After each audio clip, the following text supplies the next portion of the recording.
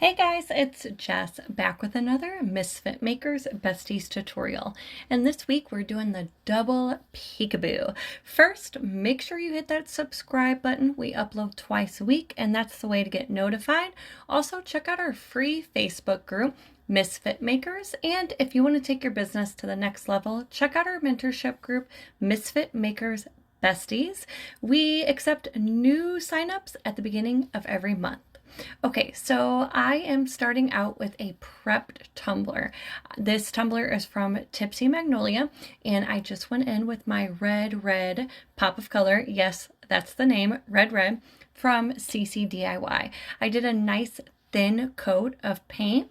After that was dry, I was ready to add the glitter.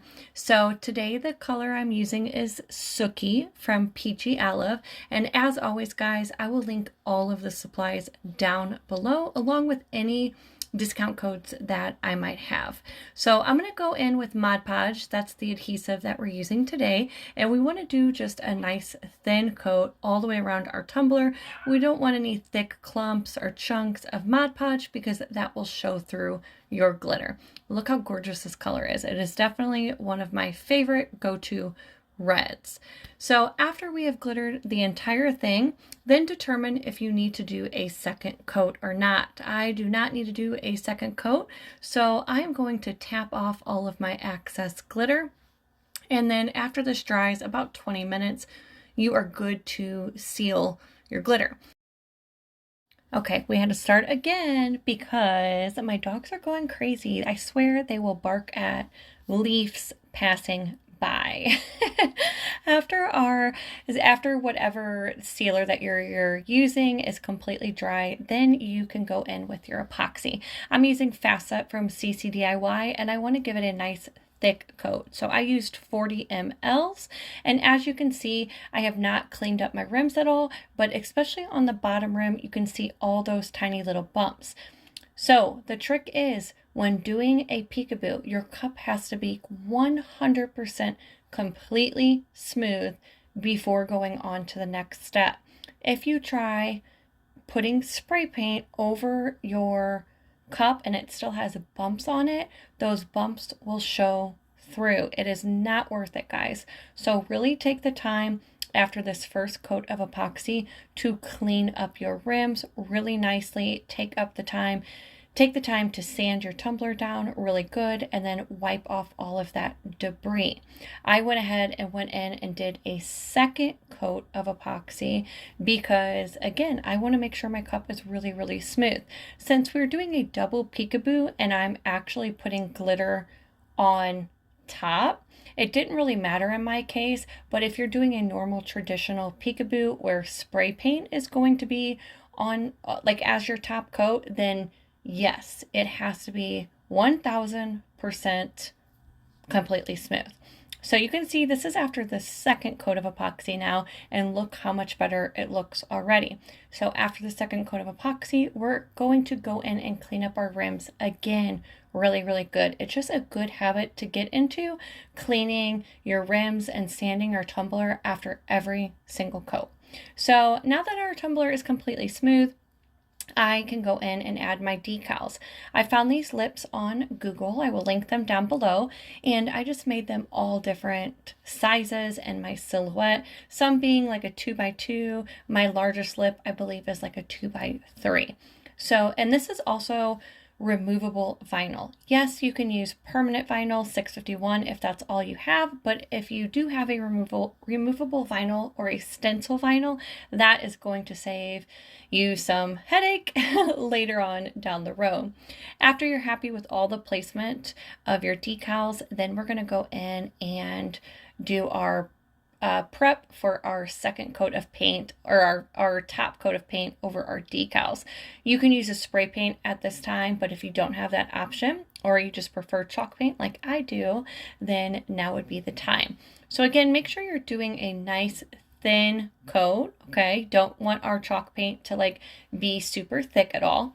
And then once that is dry, we're gonna use our hot glue gun to add some circles, some glue to our decals.